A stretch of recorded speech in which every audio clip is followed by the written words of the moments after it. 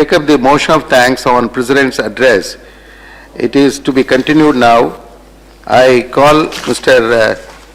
What is the list? Mr. Madhusudhan Mestri. The time allotted is 11 minutes for you. Please.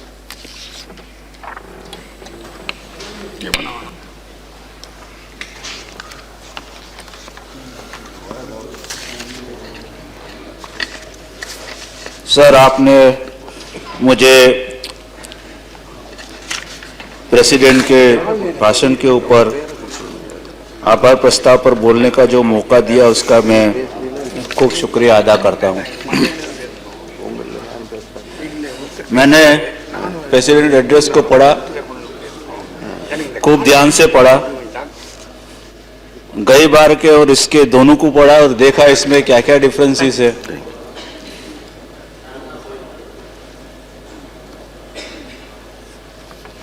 जिस तरह BJP सरकार पहले सत्ता पर नहीं आई थी और आने के पहले जो वादे दिए थे उसी टाइप के ये वादे आज इस बार भी प्रेसिडेंट एड्रेस के अंदर दोहराए गए हैं।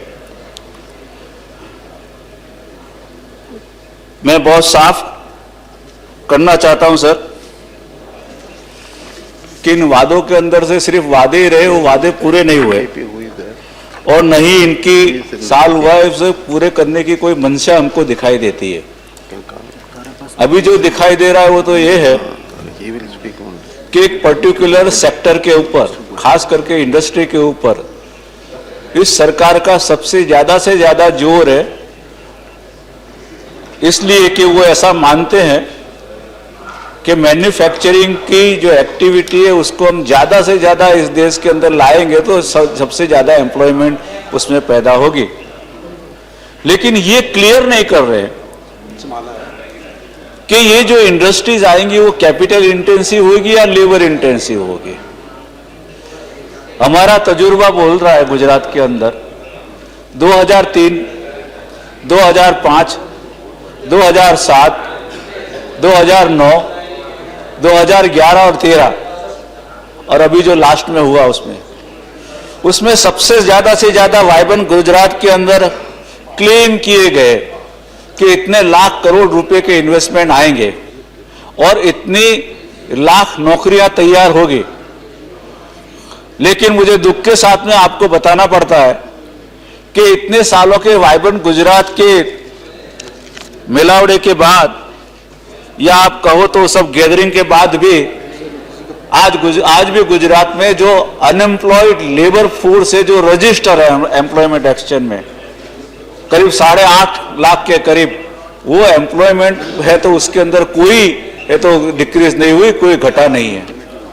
अगर इतनी लाख नौकरियां अगर इस इन्वेस्टमेंट से पैदा हुई होती तो आज गुजरात के अंदर गुजरात के सभी लोगों को काम मिलता, उतना ही नहीं पूरे राज्य इर्द गिर्द के जो राज्य है, राजस्थान है, मध्य प्रदेश है, वो लोग भी सब हमारे यहाँ आके सबसे ज्यादा से ज्यादा नौकरियां उनको भी मिल सकती थी, लेकिन ऐसा कुछ हुआ नहीं है। इसलिए इंडस्ट्री के अंदर ये सब करने से बहुत बड़ा है तो एम्प्लॉयमेंट का प्रॉब्लम और इतने लाखों लोगों को जो एम्प्लॉयमेंट मिलेगा उसके साथ में मैं सहमत नहीं हूं। सर, ये जो ट्रिकल डाउन थियरी है कि तो आपकी तनख्वाह 1000 बढ़े और उसमें से मुझे 1 रुपया मिले, इसके अंदर सबसे ज्यादा इंडस्ट्री के अंदर आज जो दिखाई दे रहा है वो प्रॉफिटियरिंग का जो मुद्दा है, प्रॉफिटियरिंग की तरफ जो जा रहे हैं और उसको हम है तो मदद कर रहे हैं, वो है।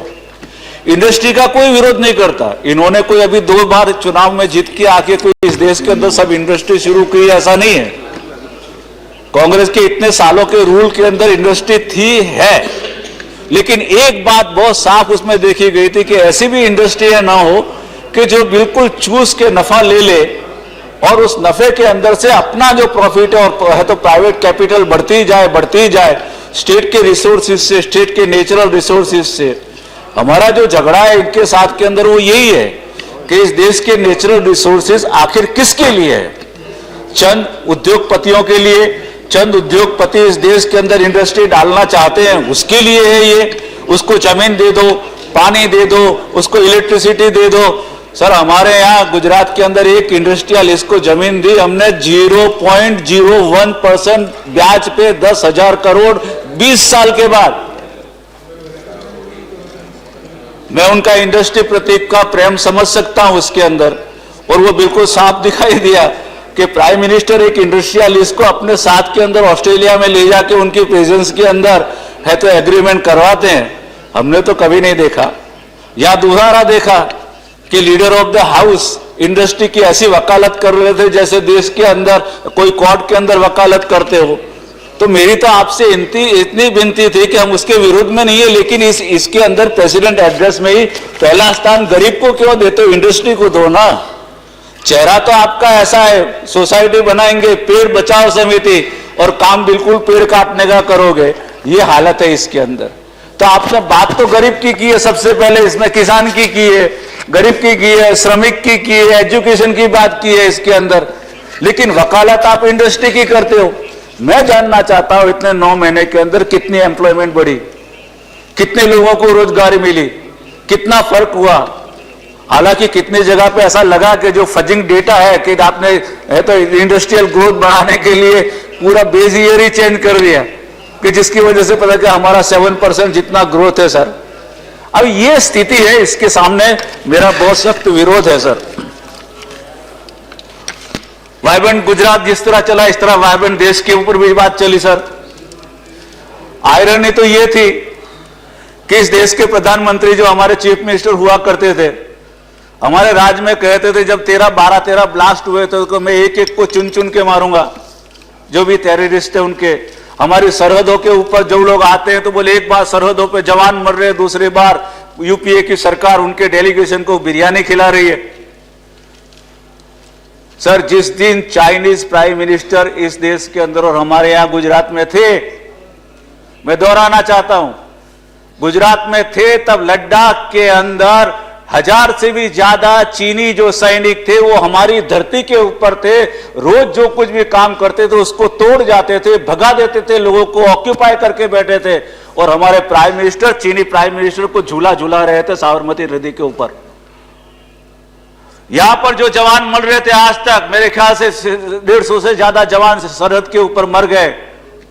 हमसे कहा जाता था कि सरहद वहां पर मर रहे, आप बिरयानी खिला रहे हो। यहां पर सरहद मिल रहे थे पाकिस्तान के डेलीगेशन को अंदर, गुजरात के अंदर बीजेपी की सरकार बिरयानी खिला रही थी। अभी प्राइम मिनिस्टर ने फोन किए क्रिकेट की मैच चालू करने से पहले कि नई इसकी शुरुआत होगी। यहां सिविलियन मर रहे, जवान मर रहे, क्या सॉल्यूशन लाए आपके प्राइम मिनिस्टर? बताएं, हम जानना चाहते हैं उनसे, और मैं आशा रखता हूं कि आके यहां पर जवाब दे वो। सर, स्थिति ऐसी है। अभी यार मैं एक कमेटी के अंदर गया था तो मैंने एडमिरल से पूछा कि ये बोट अखी पूरी उड़ा दी गई, तो बोले हमने नहीं उड़ाई। तो बोला जो उड़ी तो उसके जो है तो लोग मरे तो उसके शव वगैरह तो कुछ है तो मिले होंगे ना, किसी ने ट्राई तो किया होगा। बोले नहीं नहीं, वो तो कभी ऐसा होता है कि मर जाते हैं तो उनकी जो बॉडी है वो नीचे नीचे बहुत नीचे चली जाती है। हालांकि बॉडी का नियम ऐसा है कि 3 दिन तक वो पानी में रहती है और 3 दिन के बाद बाहर आ जाती है। और बाद के अंदर पता चला कि उन्हीं के एक ऑफिसर ने ऑर्डर किया था कि उसको स्मैश करो। 300 नॉटिकल माइल के ऊपर हमारे हेलीकॉप्टर मंडरा रहे थे ऊपर। सरकार कुछ कहती है, डिफेंस मिनिस्ट्री कुछ कहती है। डिफेंस मिनिस्ट्री ने कहा कि टेररिस्ट थे और आना चाहते थे, लेकिन नेवी ने ललकारा और अपने आप को उन्होंने ब्लास्ट कर दिया। और नेवी के ऑफिसर दूसरा कुछ कह रहे, जो कह रहे उनको वहां से हटा दे। सर, ये इनका दूसरा चेहरा मेरे सामने है जो मैं ऐसा दिखाई देता हूं।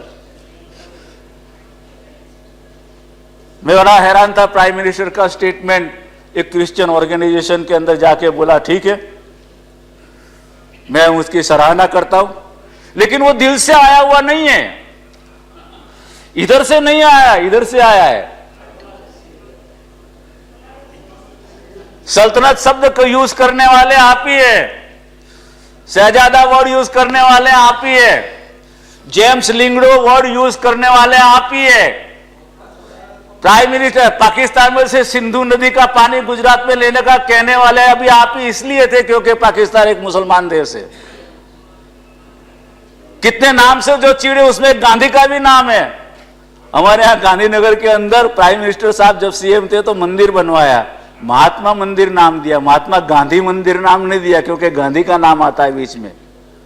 और ये गांधी आ जाए तो लोग उनको याद करने चले तो नहीं, महात्मा मंदिर है, महात्मा गांधी मंदिर नहीं है। सदन में मैं चैलेंज करता हूं इनको कि रखे हाउस के अंदर, दे रहे हैं सदन में। मैं चैलेंज करता हूं इनको कि हाउस के अंदर रखे।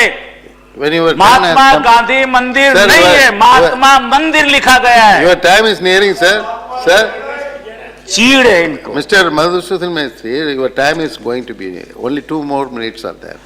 Kindly concentrate on this. So that's too much. I don't think I should be allowed just. Try to bring down to that points. Sir,